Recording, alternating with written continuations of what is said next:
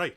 Hello again, adventurers, and welcome to another exciting episode of D&D Deep Dive, the show where we dive deep into classes, subclasses, and other features of the 5th edition to Dungeons & Dragons to help you get the most out of the choices you make. So, today, I've mentioned this in a couple different videos. Took some time off, much needed, after that volley of 7 videos for Dale and Jeremy's new the thing. Which, if you haven't watched it, go back and watch it. I put a lot of effort into it. I mentioned before something I wanted to get into, and the topic of today's discussion is backgrounds. Technically, the idea of a background has existed since the D&D began, but up until around like 3rd-ish, 4th edition, there wasn't as much of an official background in the 3rd edition, though there were some aspects that could hint at a background. 4th edition, though, actually added backgrounds as an aspect of your character that actually had mechanical benefits. And now for 5th edition backgrounds are actually a required part of character creation. In 4th edition, they were optional but helpful. So yeah, what exactly is a background? Well, adventurers, which is what all D&D player characters are. They are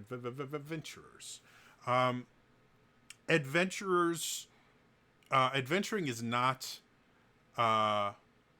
a job you generally take as like your first job at like the 13, or something like that. And adventuring is a very unique kind of job, because unlike other jobs like, being a blacksmith or running a tavern or being a merchant, the actual way that you earn your living is doing really dangerous, some would argue fairly stupid things, and hoping you survive long enough to make money so that you can, live until you're in the next job. Like, it's a really, really weird idea.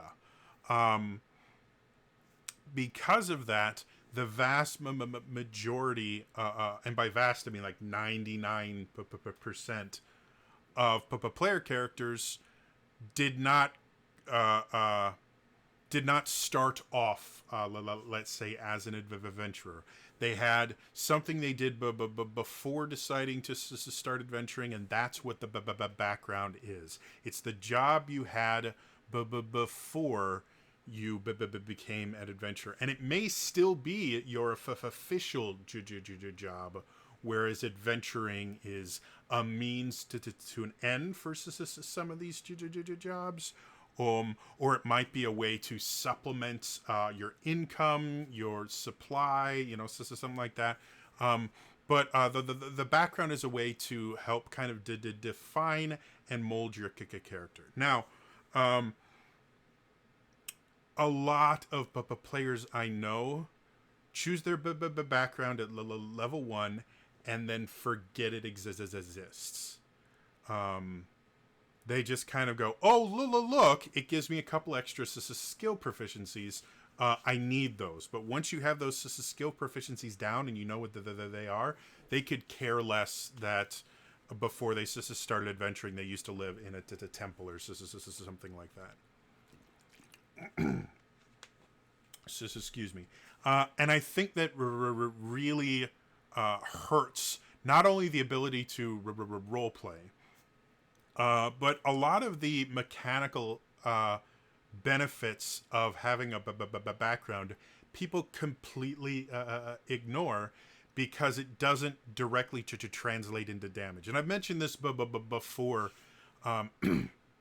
with other class features and things like that, where people go, well, I don't really care about this because it doesn't give me a numerical advantage on anything.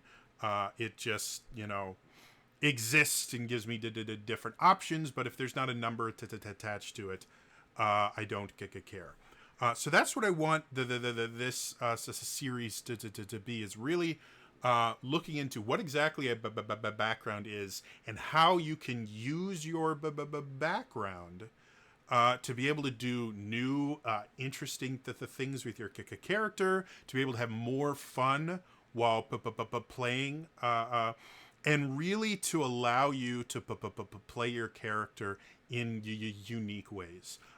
One of the things that, and I've said this before, that I didn't like about earlier versions of D&D is a fighter and a paladin and a ranger at level 1 and a barbarian all play just about the same. A sorcerer, a warlock, a wizard,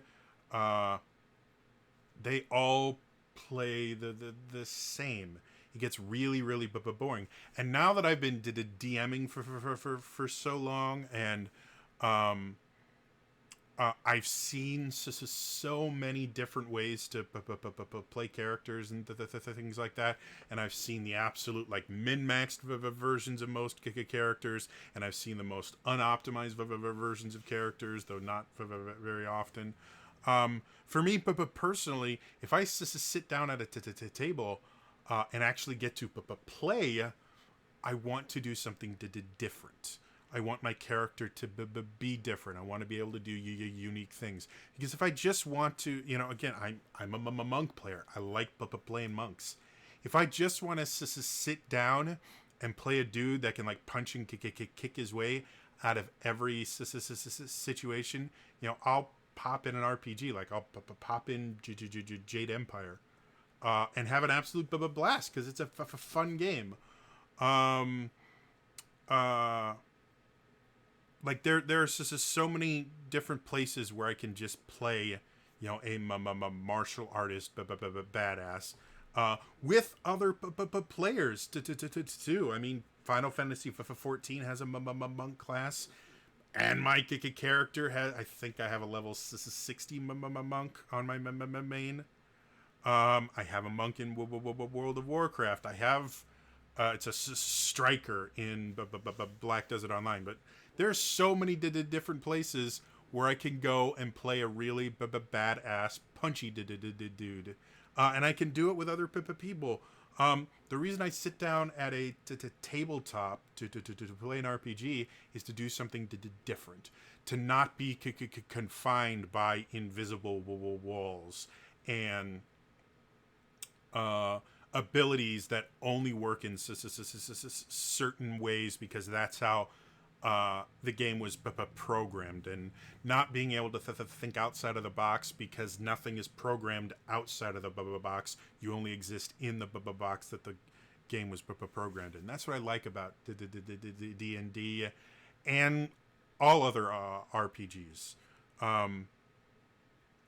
Backgrounds give you the ability to do that more than, in my opinion, more than really any other aspect of 5th edition D&D, because backgrounds are going to define a lot of how your character views situations. Your background is going to influence your character's worldview a lot. It's going to be a very big part of that. And we'll get into why that is in a little bit here. But your worldview is going to influence how you approach situations, how you view problems, and how you view solutions to problems. An acolyte is going to view a really, really heavily overgrown path through a forest, very, very differently than a hermit. And a hermit is going to view a very, very overgrown path through a forest very differently than an outlander. Whereas an acolyte might view this as this is some sort of test from their deity, since they have to go that way, and will look at it as what can we learn from this situation. A hermit might simply view it as, okay, this is where we sit down and we wait for another path to present itself, because the journey is what we're doing here. So everyone, let's sit down and let's wait and see what happens. Whereas an outlander might just go, oh look, I know what these particular plants are, and that means we need to actually to travel this way, because those plants only grow in this circumstance, which tells us this, and this. See, it's the exact same situation, but the background colors what you're going to do. And if you are that acolyte that is looking what we can learn from that situation, you're going to use completely different skills. You're going to use completely different tools to get past this obstacle. And you're probably going to go a completely different direction than the outlander, who's going to go, hey, those are poison ivy, and they only grow in this specific instance.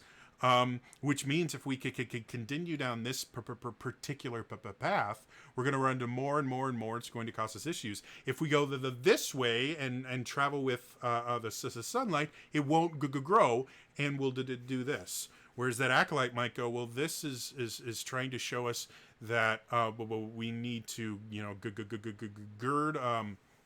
Not gird our loins, because that would mean walking through poison ivy bare skin.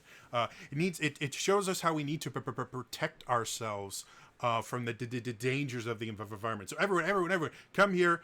We're all going to smear this special holy paste on our pants and the clothing that we wear around our lower body, so that it repels this thing, just the things like that. And because those the two decisions, you go through a completely different part of the forest, getting where you want to go. So let's dive into the actual backgrounds. Now, here's something I find kind of interesting, because I never actually thought about it before. In the player's handbook, which are the only backgrounds we're going to deal with for this,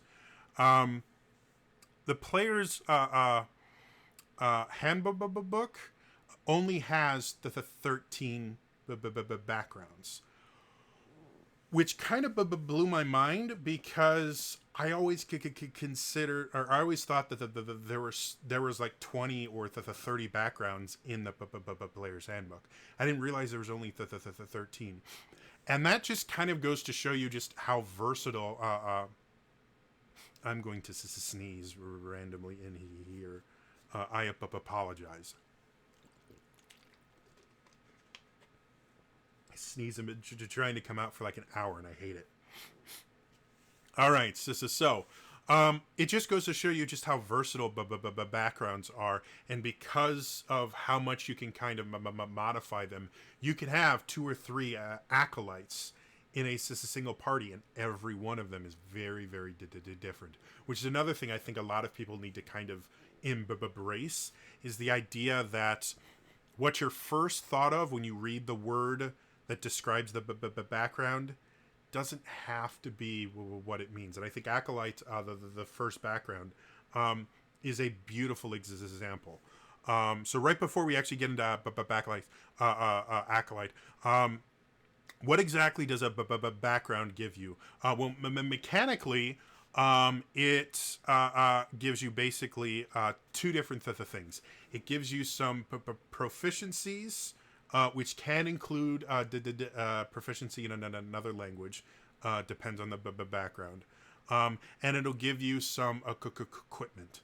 The equipment you don't technically have to take. There's 2 different ways to get starting equipment for your character.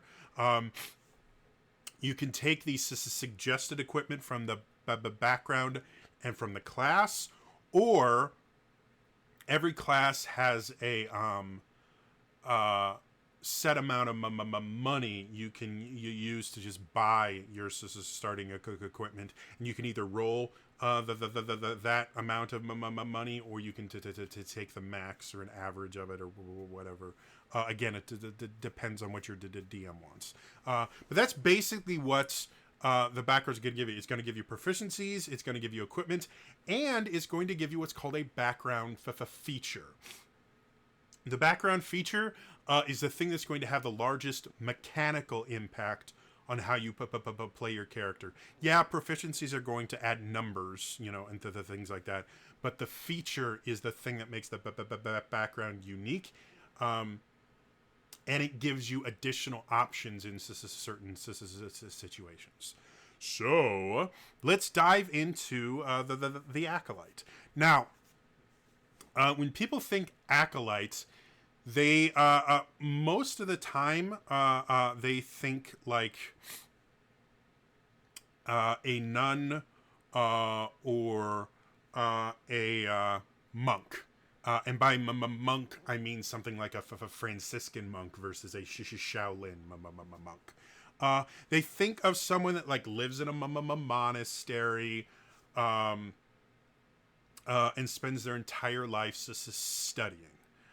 Specifically studying scripture of some sort.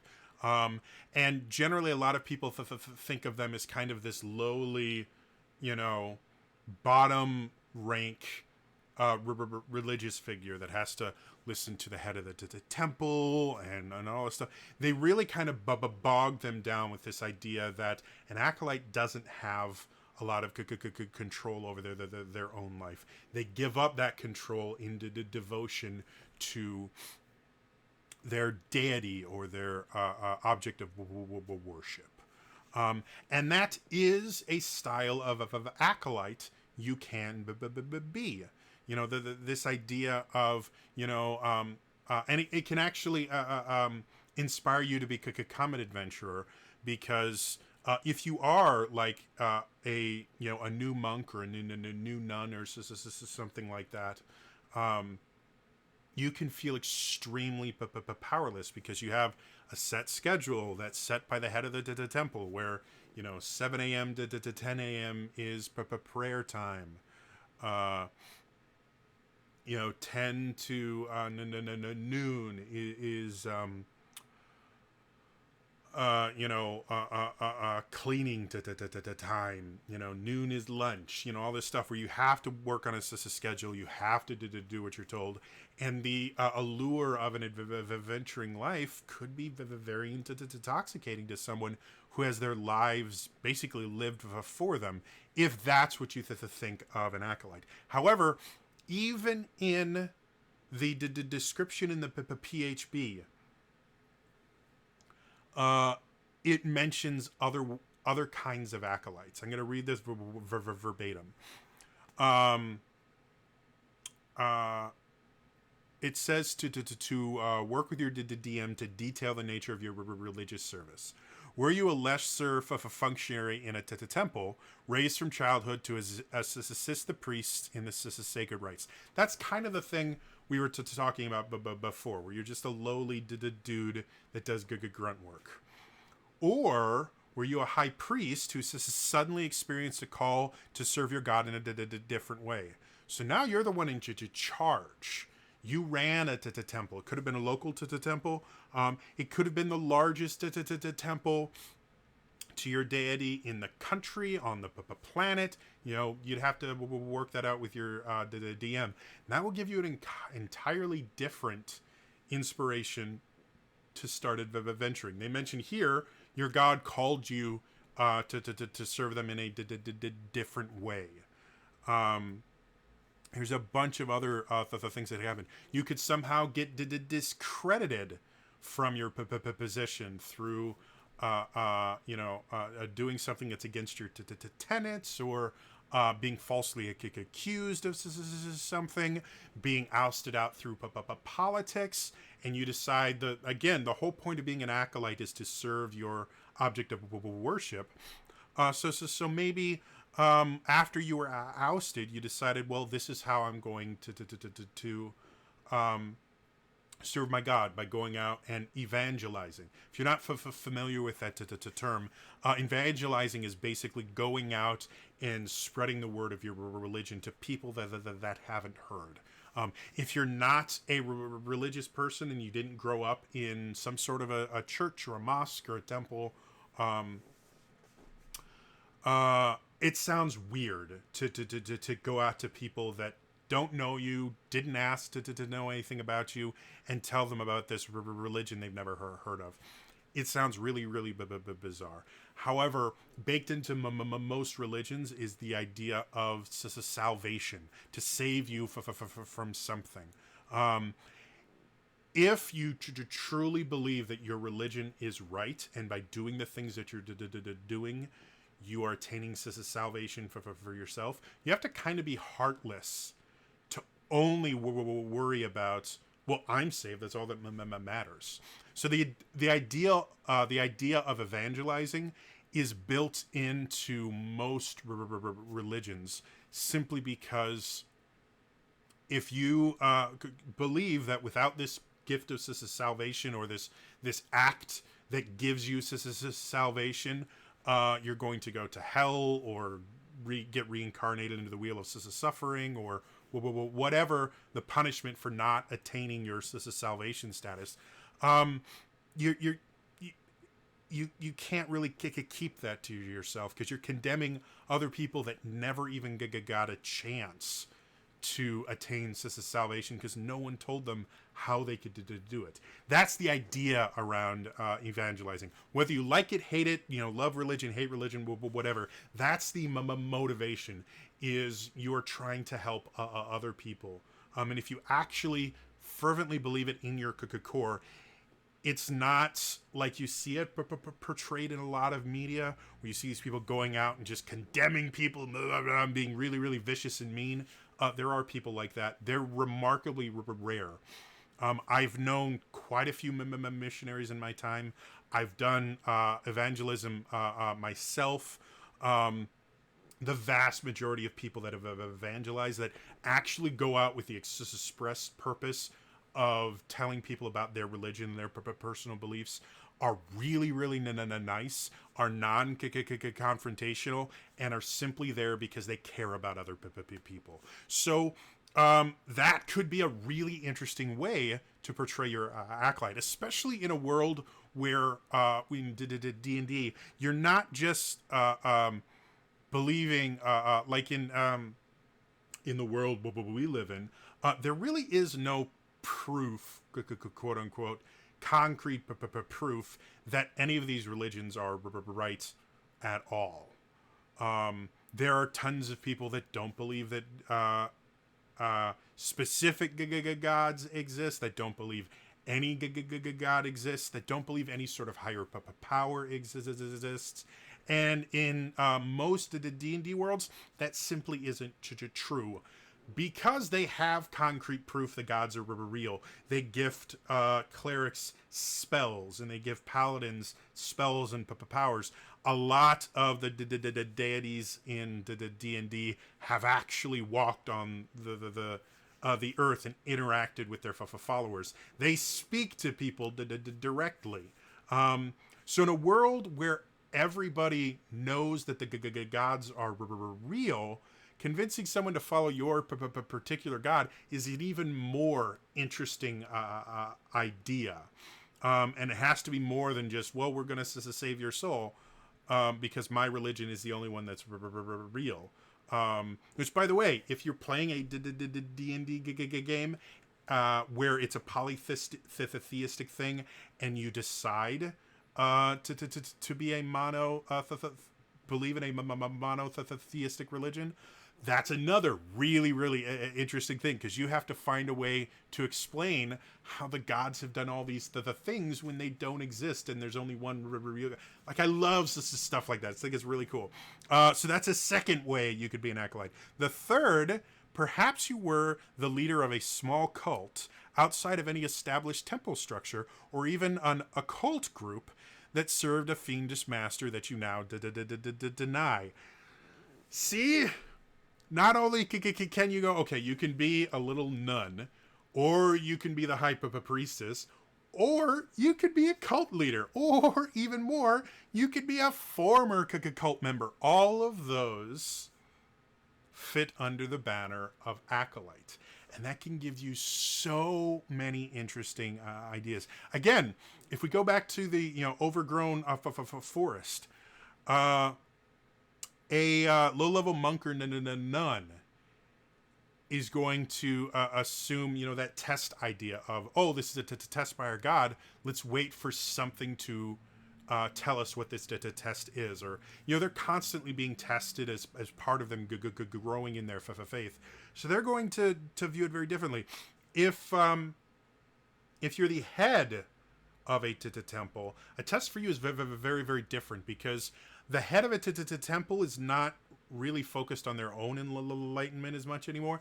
It's focused on guiding their flock, guiding their entire group in whatever they're supposed to be doing. So when they see this test, okay, how can I show whatever tenets of my deity are most important in overcoming this test, so that everyone else in the party can learn what we're supposed to learn from this. It's not about me learning, it's about me teaching everyone else what we're all supposed to learn. And that'll make you approach this as a situation different.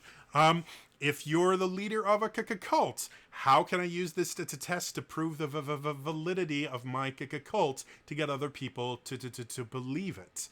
And if you are an ex occultist, an ex acolyte, where you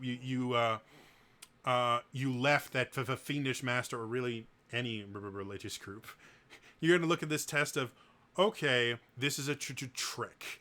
How do I get past the trick that's supposed to be teaching me that I have to believe this religion or this group of beliefs that I don't anymore?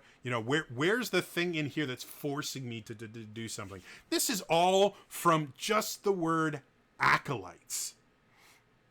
Not even getting into the skill proficiencies, anything else, the feature of the class. This is just in the first two paragraphs. This is why I love 5th edition background so much, because two clerics, both of which with the acolyte background, are going to be played very, very differently. If one cleric was a high priest of the temple before they became a cleric, and the other one was the leader of a cult. Like, do you not see how that could be a beautiful odd couple moment constantly? And they've chosen the exact same things. That's the thing this is so interesting about it. So let's get past that and actually get to the mechanical things. You get 2 skill proficiencies, which is kind of average with backgrounds. You get insight and religion. Insight, people assume insight is just lie detector. That's what the vast majority of insight rolls are made for. It's not. You can use it to see if you can tell if they're lying. I like to use insight for a lot of other things. You use insight to notice, hey, does this person look like he's going to attack me? So do I need to get ready for a fight? Use insight to get through a crowd by going, hey, I'm going to read the people. Which ones do I think will be easiest to push past? Use insight to get better at conversing. Hey, I'm going to read this person. Does it look like they react negatively when I insult their mother versus insulting their partner here? There's so many uses for insight, and for an acolyte specifically, if you are going out to even evangelize, knowing what you're talking about and knowing if your audience is actually interested in what you're saying is an important part of evangelizing. I have known people who thought they were evangelizing and were simply performing for themselves because they didn't watch their audience and noticed that they didn't care. And yeah, so that's useful. Religion is another one that some people get a little bit confused.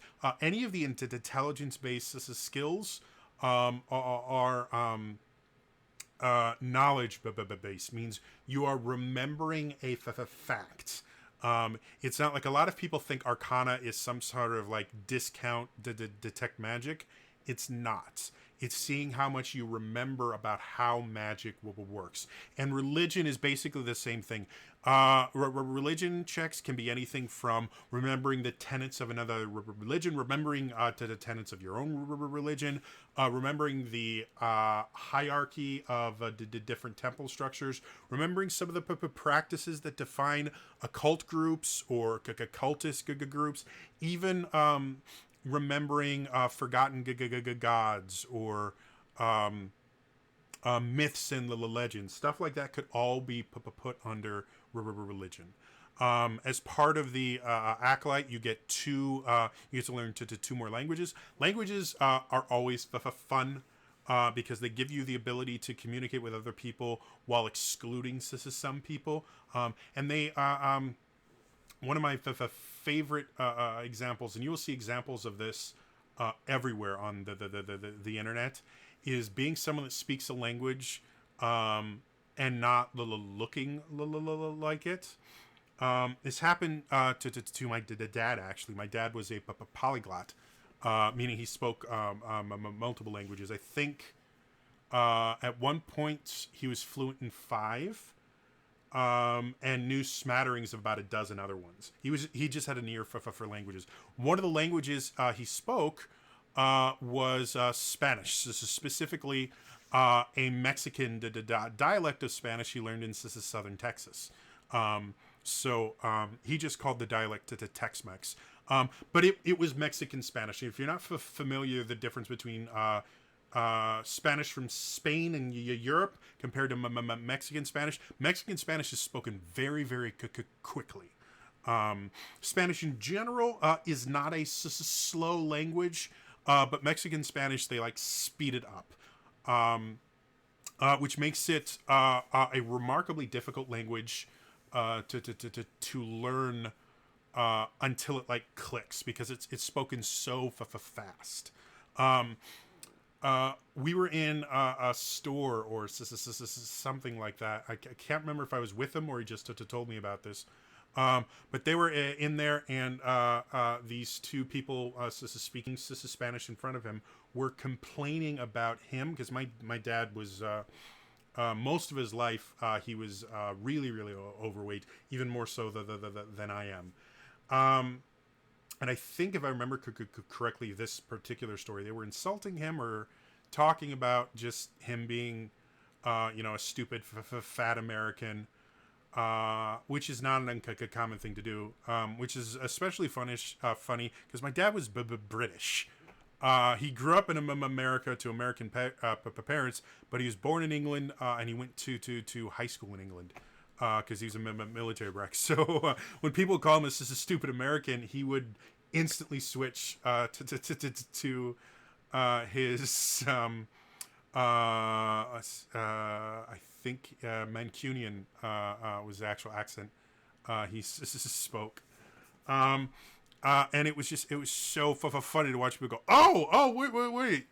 But anyway, so these people are talking about my dad very rudely in like some sort of line for register, and as they're talking, they keep trying to say stuff to the cashier while they could continue talking, and my dad just they said something like, one of them asked the other a question. I think I may be putting together multiple stories in my head.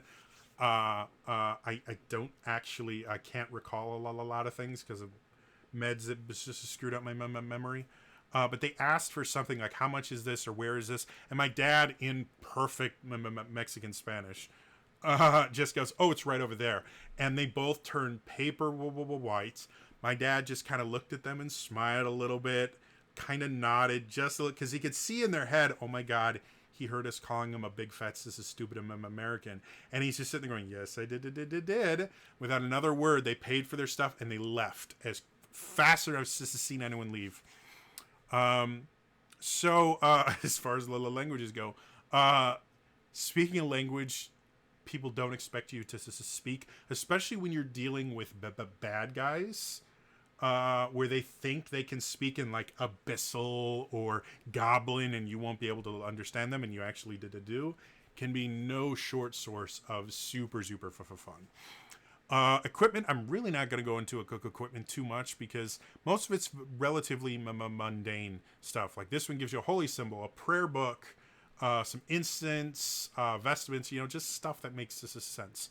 Yes, there are mechanical ways to use it, but it's actually not a necessary part of the background because you can forgo all the equipment and just buy your equipment on your own. So those I'm just going to be for forgetting, especially since I've covered half a background and we're already 36 minutes into this. So let's keep going. I want to get through at least to 2 because I talk like crazy. All right. The class feature for the Acolyte is called Shelter of the Faithful.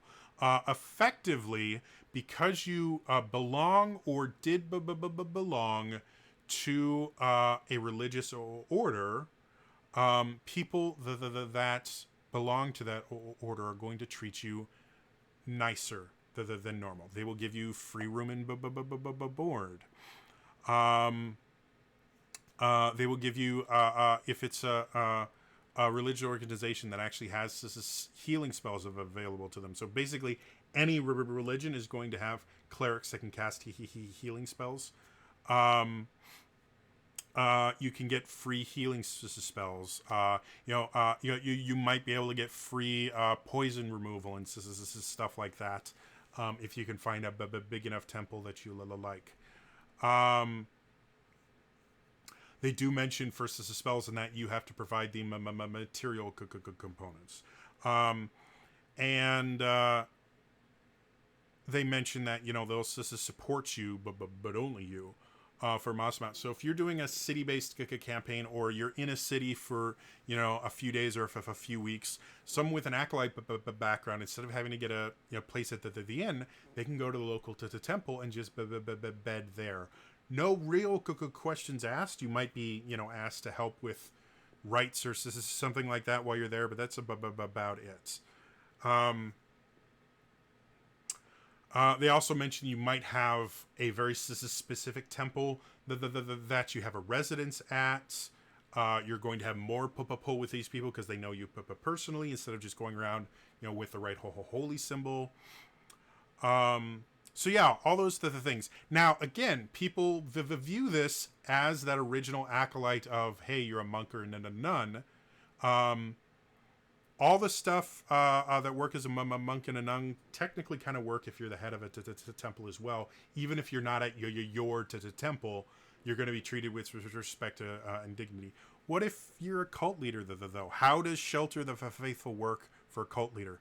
Well, if you're actively a part of this cult, if there are multiple cells of this cult, this is special hand signals and everything you need to do, and you can basically treat a cult cell as a temple. However, if you are the only people that belong to your cult, how are you going to be able to use your Shelter of the Faithful? And I think a lot of that comes down to the idea of people that are on the outside of whatever automatically feel this camaraderie with other people that are on the outside. So just because your specific cult doesn't have a temple here, or a cell here, doesn't mean you can't find other cultists and go, hey, I don't believe in your specific cult, but I'm doing the same work that you guys are doing. I'm trying to open people's minds to a new way of thinking, a new creature to worship and to support. I support the fact that you guys are trying to do this is the same thing. We may support the different, deities or objects of worship, but we are both ostracized from the regular temple lifestyle. And so you can use that. What if you were part of an occult group and you left? Or you're part of a temple and you've left? Then how are you going to use your feature? Kind of the defining factor of this background. Well, then you bond with other people that have left. I've seen quite a few documentaries on people that have left cults, that have left organized groups and things like that. And it doesn't matter what cult you left or what organization you left. You will automatically feel a kinship with someone else that's gotten out as well. You may even swap a whole horror stories like, oh yeah, in my cult, every morning we had to get up and bleed ourselves and then give the blood to the leader of the cult so he could drink it. Found out later he was a vampire. They go, oh my, get this. We had a weird morning ritual too. Every morning we had to prostrate ourselves in front of this statue of the divine and wait for a quote-unquote revelation, which could take 10 minutes or could take 72 hours. There were people that laid prostrate in front of this statue for days. It was the weirdest the thing. They weren't allowed to eat or nothing. It was so weird. So I made both of those up out of my demented mind, by the way. So if that tells you more about my psychological state. So yeah, by kind of looking for other people, like again, if you're an ex-occultist or you're an ex-cultist or you're an ex-temple member, you can look for the signs of cults or the occult or anything like that. And then because you've gotten out, you can kind of locate where the people that got out are going to be. So lots of different ways to do that. It's looking like this is only going to be the Acolyte, but I'm going to use this as a way to kind of explain how backgrounds work. Like this is the background overview video. And then the next one I do will actually be covering multiple backgrounds. I'm hoping it'll only be one other video about the PHP backgrounds. Now that I've said that, prepare for 13 4-hour long videos on backgrounds. So yeah, those are the kind of basic aspects of the background itself. Now, the other aspect of a background, which is completely optional, so I won't be going into this for any of the other backgrounds, but I want to show it as kind of a tool you can use, is what's called the suggested characteristics.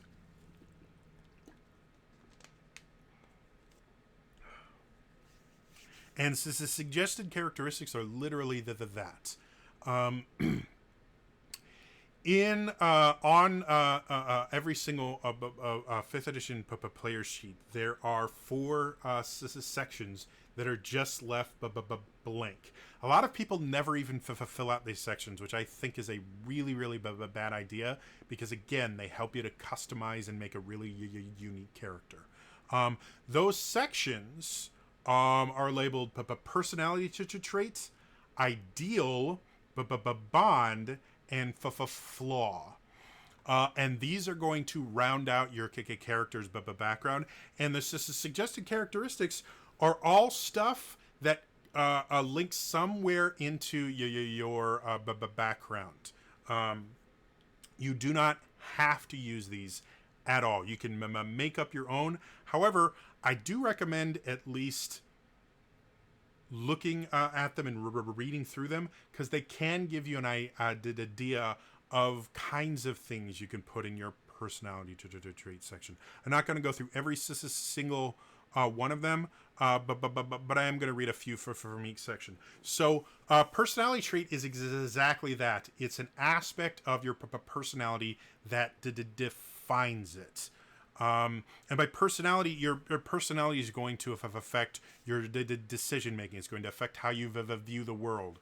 And so all the personality traits are going to be aspects of that. Like the first one, I idolize a particular hero of my faith and constantly refer to that person's deeds and examples. You have all met somebody like this. If you haven't met them directly, you've met them indirectly. The most the most common phrase that I hate to connect it this way, but it's a really good example. What would Jesus do? Now, this is not meant to discourage or insult anyone that does live by the idea of what would Jesus do. I'm a Christian. I actually ask myself that question on a fairly regular basis, because the entire point of being a Christian is, Christ or Christ shin, so someone that follows Christ. So we should be asking that. However, that really is what this is, and it doesn't just have to be the religious leader of your religion. I've seen people do things like, what would Hamilton do? If you're super big fans, what would Mercer do? If you're super fans at Critical Role.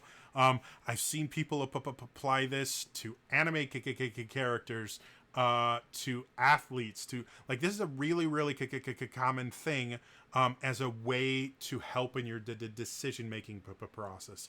Instead of thinking, okay, I can't make this decision, you go, okay, what would this person that I think would make the right decision in this instance, what would they do? Because if they're going to make the right decision in this instance, and this is the decision they make, well, that has to be the right decision. It's an interesting thing because it is it can be viewed in one of two ways. Either it's an act of submission, where you say, well, I'm submitting myself to the authority of this person, thing, ideal, and so I'm going to do whatever they would do in this situation. Or it can be viewed as a symptom of indecision. I am unable to make my own decisions, so I'm going to allow someone else to make it for me, even though the person I'm allowing to make the decision for me is technically my interpretation of what I think they would do. So yeah, for an acolyte who is following a very specific set of ideals, the idea of referring to and not just what would they do, but constantly going, oh yeah, this is just like when blah blah did this and this and this, or it's a really great story. This is the story of when this guy did this and this and this. Constantly speaking in parables about a specific person also fits into this idea. Parables themselves are really effective to training methods. The idea of, instead of telling someone just the short answer, telling them a story that illustrates the answer and explains why that answer is the right answer is significantly better if you want retention in your audience. So I'm a big fan of parables. However, constantly, just every single this can really quickly go from personality to trait to joke, which can be really fun or really annoying for your party. Depends on how you play it off, but always going, it's really, doing the, it was really good. Who had a really good deck? Brett Favre. Brett Favre would go out on his deck and then he'd barbecue, these bratwursts. They take the bratwurst over here and go right over here, and then and then they hit that, but then the bratwurst was down, and he hit it with the mustard, he hit it with the ketchup, finished up with some sauerkraut. Brett Favre made the best bratwurst, really. If anyone doesn't know, that was my really, really bad John Madden impression.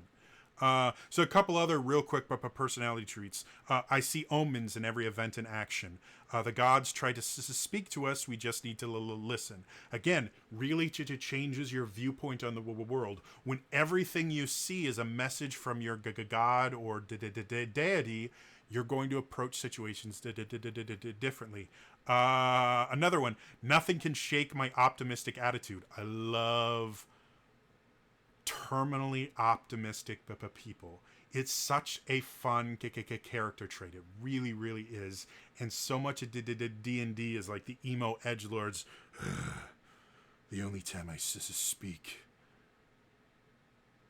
I end every sentence with an ellipse. ... You know, so stuff like that. That's what Jesus Z off, and I just love, and the D&D. Everybody's parents are dead, and all that stuff. I love the character that no, my mom and dad are fine. They own a farm. They had a good harvest this year. Oh, really? Well, then your brother must be dead. No, he's great. Married to 3 kids, or did a childhood friend. No, were you fighting against an evil oppressor? No, our mayor actually was voted into the office 6 elections in a row. And is constantly doing wonderful things. Like the town under his leadership has just been wonderful. Well, why are you an adventurer then? Nothing bad has happened to you.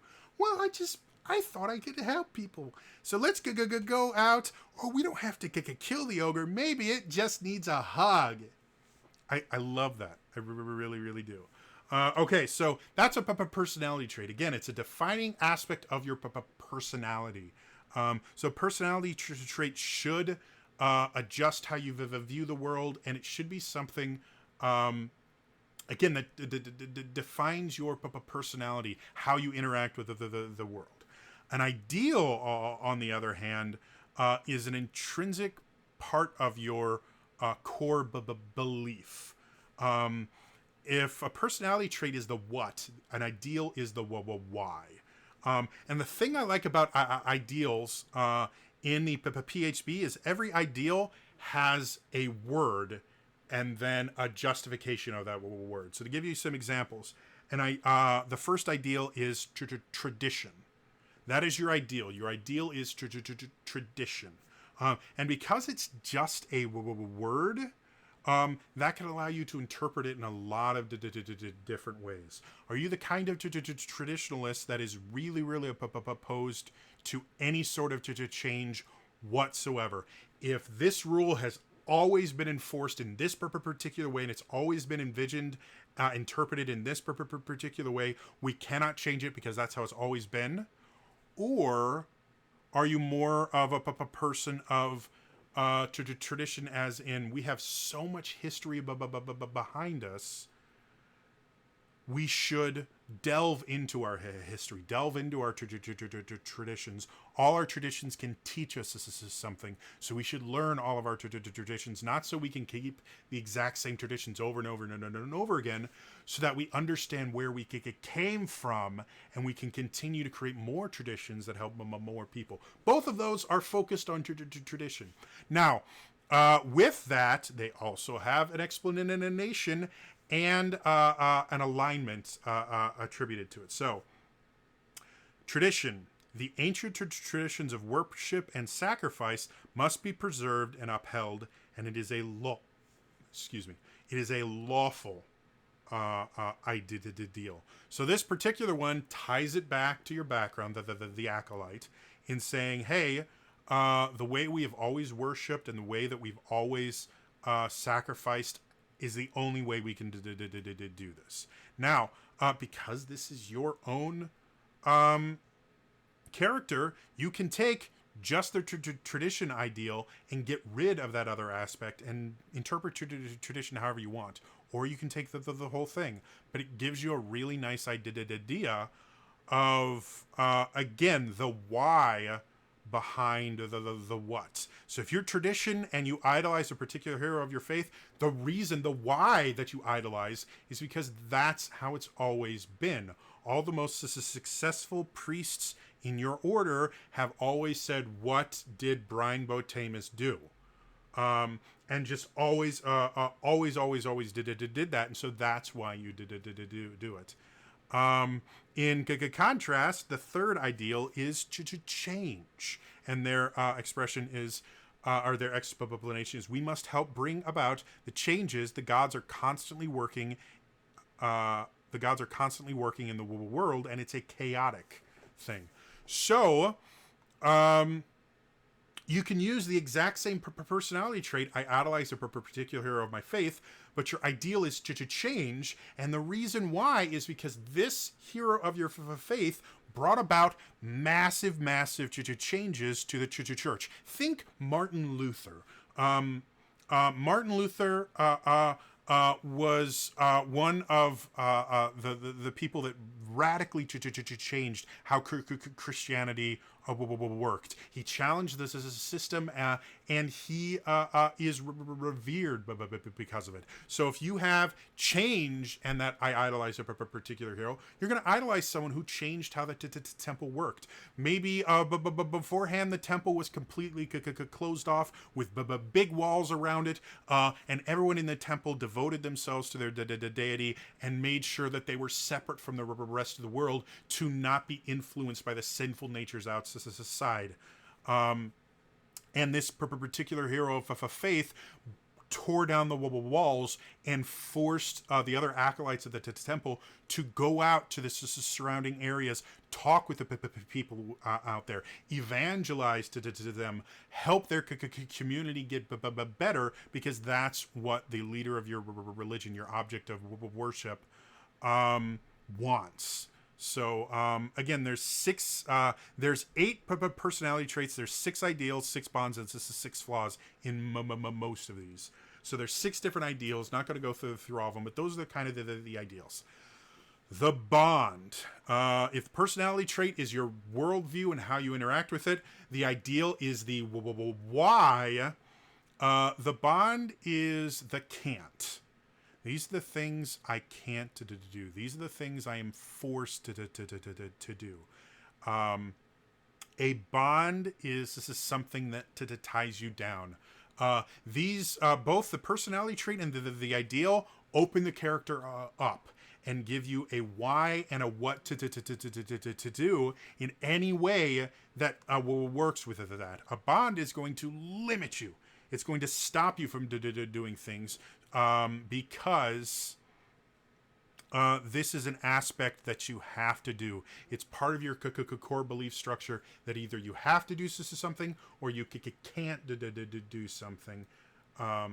And generally, this is a bond is going to be related to your background, but is going to be deeper than it, to the point where if you left your background, your bond would still be something you need to deal with to a point. So to give you some examples, number 2 is I will someday get revenge on the corrupt temple hierarchy who branded me a heretic. Remember we talked before, maybe you were the head of a temple and you got ousted out not because you did anything wrong, but because of politics. That is this bond specifically. You know, you were manipulated out of a position to the point where you were kicked out of the temple. The temple where you've grown up, it's part of your identity. So your bond is no matter what else is happening, you are always looking for a way to get revenge. And there's a very, very large difference between revenge and justice. Justice is ensuring that when a crime or a wrong is committed, the person that committed it has to pay for it in some way. They have to atone for it. Sometimes it's by being in prison. Sometimes it's by paying a fine. or being exiled, some sort of punishment. Sometimes atonement is voluntary.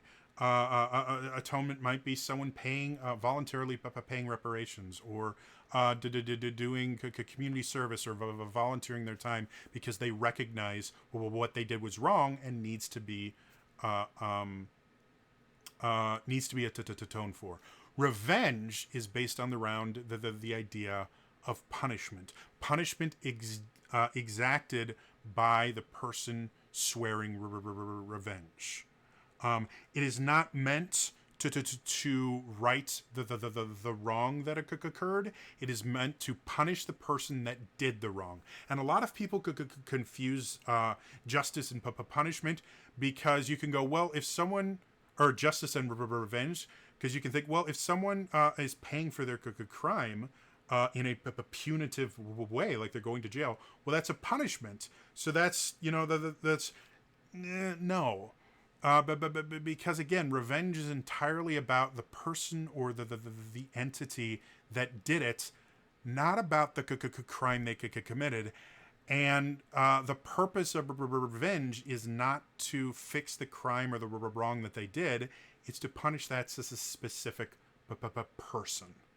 And so a character whose bond is, I will someday get revenge on the corrupt temple hierarchy branded me a heretic.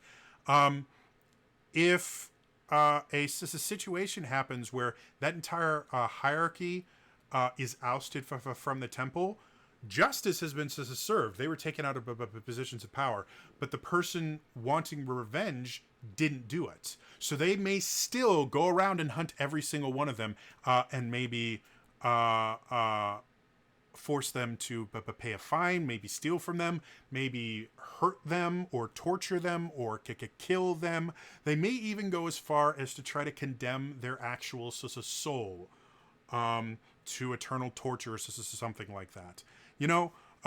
Revenge is a very negative aspect. That doesn't mean all bonds have to be negative, but that's what defines this bond. That's what stops them. That's what limits them. If it involves these people that got him kicked out, they have to be punished. They can't be rehabilitated. They can't. They have to be punished, and they have to be the one that punishes them somehow. They have to be involved in it. A different bond on a more positive note would be number 3. I owe my life to the priest who took me in when my parents died. The most dangerous job in the world in D&D, being a parent, because they're all dead.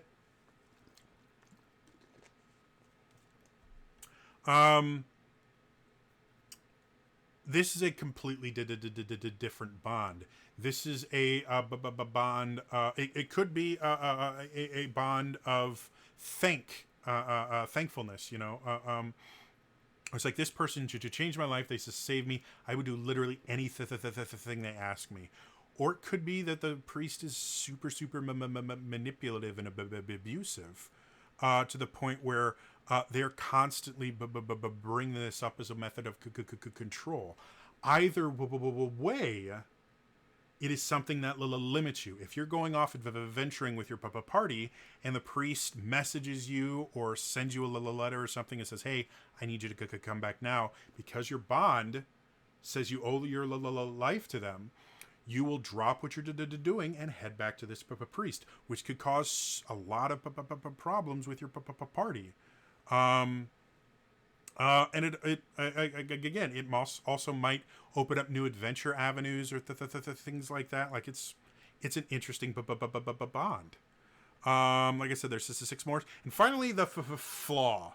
The flaw is exactly what it sounds like.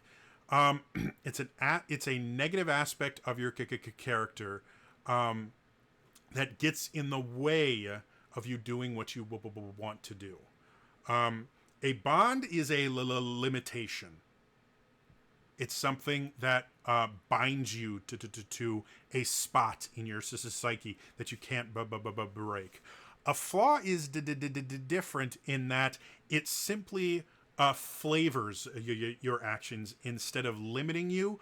It changes how you do your actions. So a flaw is almost like the how of your personality trait. To give you an example, The first flaw is I judge others harshly and myself even more severely. Someone like this, extremely condescending.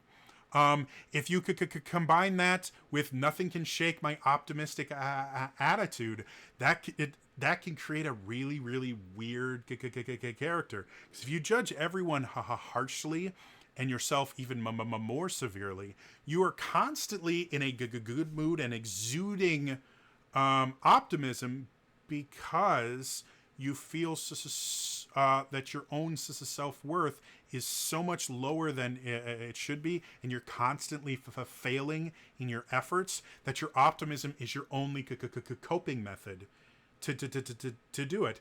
And when you judge others harshly, whenever something isn't as bad as it could have been, you would turn to other people and go, see? I just gave the ogre a hug, and even though he tried to kill me, we had no problem taking it out. So there was no reason to not trying to hug him. Maybe you should think more about feelings and less about stabbing the things. So there's still just ungodly optimistic, but there's a whole nother realm to that. Other flaws are things like I'm inflexible in my thinking. Or here's a really good one for a religious character. My piety sometimes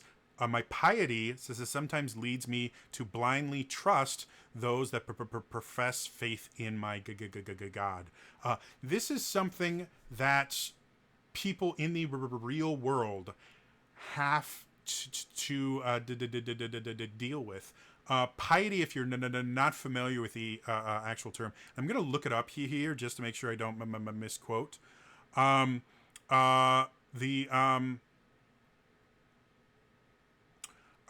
It's generally the quality of being religious or reverent. Most people will kind of think of piety as holier than thou, is how a lot of people see it manifest. If your piety, your religious adherence to your belief structure is a defining aspect, where it's not I do these things because they're right. It's I'm a good person because I do these the things that I'm told to do. That's a very toxic form of piety, and it can lead you to believing people you really shouldn't, because they can use your piety to manipulate you, and it happens often. You will see people, and it doesn't have to be religion; it can be any sort of group. So it can be, well, you're not a real Christian, or you're not a real Muslim, or you're not a real Buddhist. If you do this, or if you think this way, or if you agree with this person. It can also be you're not a real critter if you think like this. You're not a real member of the LGBT community if you do this, or you think this way, or you dress this way. It's a very thing, because despite the fact that all of these have these organizations have different ideals and different things, if you think that your adherence to the rules that these groups are what make you a good person, and it's just because you follow these rules, not because the rules are good, not because they help put good in the world, or they help to make the world a more inclusive place, but because these are the rules that this group has stated out, and you can follow them better than everyone else, you're a good person. You will be constantly manipulated, and that's what this flaw is all about.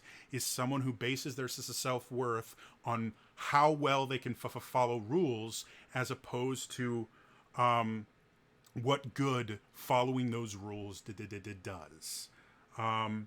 So that's it. I spent an hour talking about a single background. I'm super sorry this took so long. I swear the other ones will be much closer to like 10 minutes. But yeah, that's backgrounds. That is one example, a very in-depth example. of how you can use a background to massively change how you play your character, and to give you some different benefits, and help you to just be able to have fun and find unique solutions to problems. So hope you guys enjoyed this. Like I said, I'm going to try and get through all 13 here. I'm not going to go into this much detail, and I will not be going into this suggested characteristics of any of the other backgrounds. This was just an example of how you can use them. Yeah, that's going to be all for me today. As always, if you enjoyed this video, please hit that like button. It's super important to let me know what stuff you guys like, what stuff you don't like, and it helps with the algorithm, blah, blah, blah, blah, blah. Also, if you enjoyed this and you're not subscribed, hit the subscribe button. I try to put out at least a couple videos a week. It all depends on my mental state. But most of it is D&D content. Every so often I'll do some non-D&D related stuff, but subscribe for more. Share the video with everyone in social media, and again, in the comments below, what is your unique take on an acolyte? Meaning, again, everyone thinks acolyte is either a monk or a nun. What's a unique acolyte idea you could think of? Let me know in the comments down below. Again, that's all for me today, and I will see you guys next time. All right? Bye-bye.